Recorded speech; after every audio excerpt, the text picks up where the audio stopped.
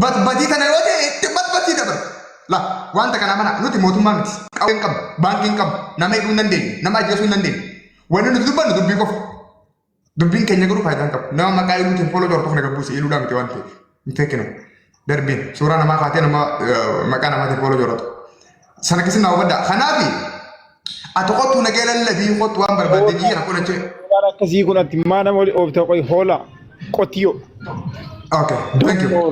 Follow through order. Ati ma dhiiga namaatiin hin dhufne follow through. Warri bude taraa suuta. Disi anaa buusee disi ijoollee follow jortu waan hin beeku waan ta'eef. Yaa jechuun nama galchee bara nama galchee hin beeku. Okay. Kanaafi ana akka yaada kiyyaatti Saawudii keessa kan jiru amma. Buusee galchee yaa'in follow godhee. Kau yeroo takka ni xumuradha. Isin jira dhiifama naa godhaa. Rakkoon Saawudii keessaa akka inni furamu ni barbaada dabbaar. Rakkoon Saawudii keessaa akka inni furamu kan jiru xiinxalli takka furmaan lafa kaa'u mootummaan lama Saawudii keessa jiraachuu hin qabu mootummaan tokko jiraachuu qaba. Amma kan warra rakkisaa jiru in diktaadha. Mootummaa in gabraban in diktaadha. Mootummaa abbaa irree ta'uu barbaadu lamaa jira mootummaan sun arsii fi harargeedha harka waliin kan dachiifne. Bat wal godhu jira malee waliin lolle mootummoonni kun lamaa wal loluu qaba wal cabsuu qaba walii abboomamee biyya san keessa waliin buluu qaba. Kun hin ta'u taanaan sheekaa miti haati sheekaa yoo booche lolli borus itti fufu. Anaa jedhe. Aqila itti fufu. Okay, aqilee carraa fudhu itti fufi. Okay. Osoo haasofni kadheeratu ta'e haasofni dabbal marsaa duraa irratti haasawe suni haasawu ilma namaa hundaa quubsaadha. Dabbal akka itti lolli kun dhaabbatullee akka inni jee xiinxaluma dhugaa uuma ilmi namaa yaadu yaade lolli kun ni dhaabbata. Salphaa dhaabbata. Guyyaa 15 keessatti guyyaa 5 keessa dhaabbachuu danda'a.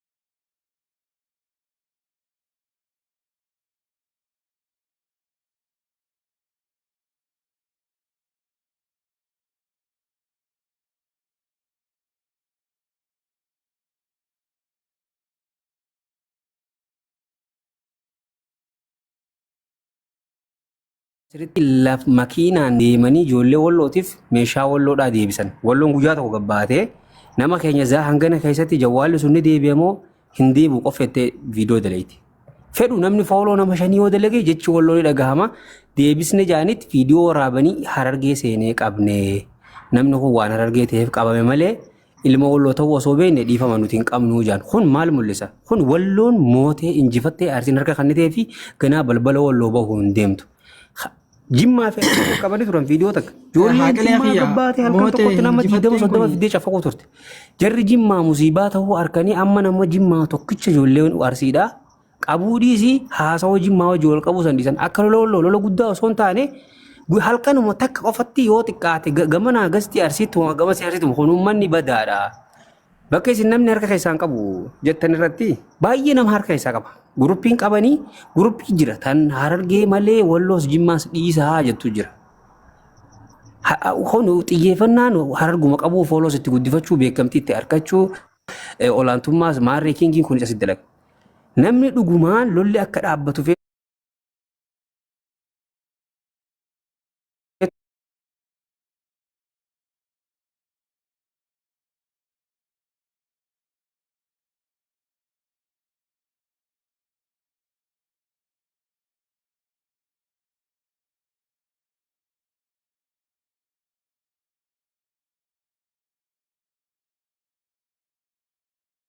Bira moosii akkamiin neetworkiin anumaa dhaga'an jiru.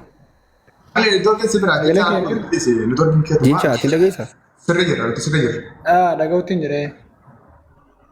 Wanni dubbii kun deddeebi'aa ooluuf akkuma aqilee fi dabbaal ta'an achaa ba'aa ooluu isaaniitti ka walimmoo wanni gizee hunda walitti deebi'anii walqixa ta'anii duwwaa fi duwwaa bahuu isaanii. Kana dura wal lolan akka dhiiraatti wal cafaqan akka hin taane wal godhan wal moohatan wal kabajan jechuudha. Kabajaa guddaa walii qaban. Arsii fi walloo fi arsiin. Harargee fi arsii wanni walitti deebi'aa ooltuuf yeroo hunda lolli isaanii wanni dhaabbachuu dideef wal moo'achuu dhabu wal tuffachuudha jechuudha. Dhiirri lama hoggaa wal lolte tokko yoo moo'atte namoota jee kabaja ganaa kabajaa hojii jiraatan jechuudha. Isaan yeroo hunda achaa bahuu isaaniitu rabshaa walitti deebisee gaafata akkasii kaasa jilcha asirra gaafata akkasii kaasa. Faqaa oolan jechuudha. Jilcha kiyya gaafata akkasii kaasa. Akkasii dubbiin akkuma isin jettaniin jaaboon. Ayyee galatoomii gaafata akkasii kaasa. Saafin kee gaafa manaa ati ni deemsa yaala argamu tu. Okay. Maal jettee caalaa? Ayyee abdii.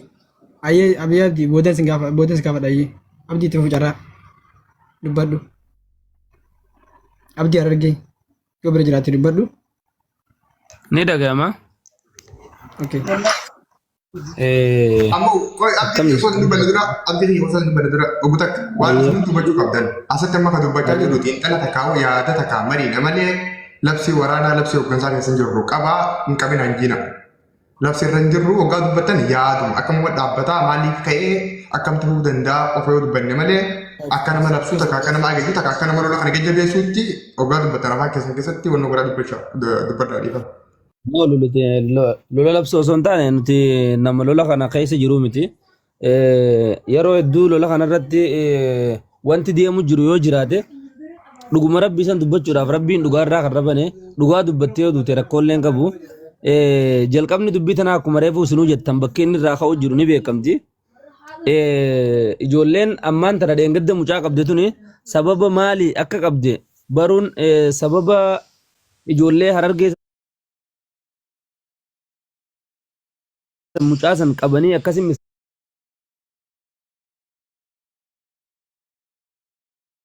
miskiinticha san fidanii asirra fannisanii fi baruun nama tokkollee hin barbaachisu hundinuu ni beekna waan taateef dubbiin duuba jirti yoo ka duubaa sun ka duubaa ijoollee tana walitti duru jiru sun hin taa'in yoo jechuudha miidhamni kanuma ijoollummaan Harargee miidhamtee ijoollummaan Harargee gabbaatee araara labsitee wanta jettu taate lolli kun xumuran qabu ilaa hanga yoo malqiyaamaatti akka lola Israa'elii fi Falastiin san taajeetiin amanaan akka mataa kiyyaatti jechuu akka abdii Harargeetti. Yoo dhuguma san ka dubbannu taate sababni dheengadda mucaan irratti qabamee eeguma jechuudha lolli dheengadda gabbahanii namni hundinuu bakka namni kumni 15 namni kumni 20 bakka hayyoonni sheekonni qeensonni jirutti araara ja'anii ijoollee tana walitti fidanii walitti araarsanii ka ijoollee harkaa qabus gallakkisee akka obboleewwaniitti duraanuu ijoolleen Harargee guyyaa san miidhaan takkallee wanni ijoollee arsiirraan geesse takkallee hin jirtu. Ijoolleen Harargee tun garaa laaftii waan jiruurraa fi deddeebianii ijoollee Harargee tana cicciniinuu barbaadan isinii galee. Wanni ammaan tana lolli kun akkuma reefuun tana isinuu jettan ka xumura argatu yoo ta'u. Gaafii takka mee dabbaal gaafii takkaan kaasaa. Lolli kun dhiumaan tana fakkeenyaaf gaafa gandummaadhaaf jennee arrabni as gubbaa tures numa jira. Dhumatee jira. Qoy maaltu miskiinatti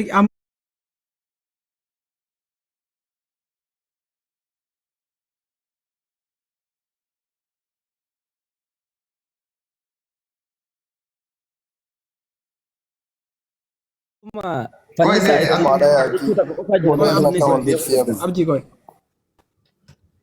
Ani waa sadiin kaasame. Osoo isaanitti hin kenne waa sadii kaase.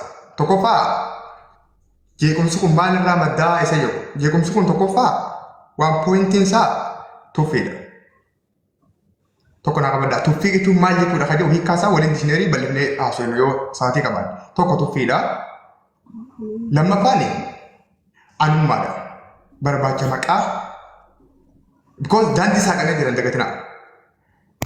Lammaffaan abdii yoo takka muutii qabadhu yoo muutii qabachuu baatte jawaala biraa fagaadhu deebi'e. Tokkoffaan tuffiidha siin jeen jira. Lammaffaan anummaadha siin jeen jira. Sadaffaan ammoo jettee getteedha. Mee caala akkanaa goonu. Dheengadda gaafa naaf iddoo argee maxxabannu. Namaatu muka hudduu wal kaayaa muka hudduu wal keenyaa dhabni jiru ture. Of course. Mee rabbuma suume sodaadhu. Koy. La qabxiin guddaan tuffii siin jiruuf, qabxiin guddaan aanummaa siin jiruuf, qabxiin guddaan iftuulummaa siin jiruuf. It is business. Lolli kun amma naggala ta'ee jira. Qeetana lamaan gidduutti. Geema it is game. Geema nam tokko waliin taphatuuf muka hudduu wal kaayaa sodaa eeggattu ture. Sodaa eeggattu ture qofa osoo hin taane qaama muka hudduu wal keenya jedhu ture. Mee yaadi xiqqoo. Waan si dhibu. Maddi waan kanaa maali yoo itti ilaalte maddi waan kanaa tuffii ta'a. Ammallee anummaa ta'a. Ammallee gatte harka namoota baay'ee ta'a. Akkamiin naan jee fakkeenyaaf. Sababoota amma lolli maal irra kee hidhamuu Sheekh Haaroo beeksisa taasisuu barbaadan barmaanaata. No! Waa'ee geema kiyyaaf yoo karii miti kun. Waa'ee Sheekh Haaroo beetiif murtii guutuutii miti kun. Murtii bafeemas Sheekh Haaroo bafeemas Itoophiyaan gabramanti garuu kun hundi warra Itoophiyaa keessa jiru. Itoophiyaan gabraman kun mootummaa qabaa seera qabaa abbaa seera qabsee hidhama seera mootummaan nama hiika. Feemasoota sheekota gurguddaa biyya mootummaa qabdu keessa jiru achi walidhee walii hiiku asitti isaan wal qabne jechuun geema. Qaamota lama ha geema taphatu sababa isaatti wal qabne jechuun kun ammallee geema eegibu. Maddi waan kanaa maali? Tuffiin asin jesan tokkoof qooda kaa'uu dhabu tokko jalaa hafuu dadhabu. Na amane isa kana malee sababa tokkoon fedhu. Lammaffaa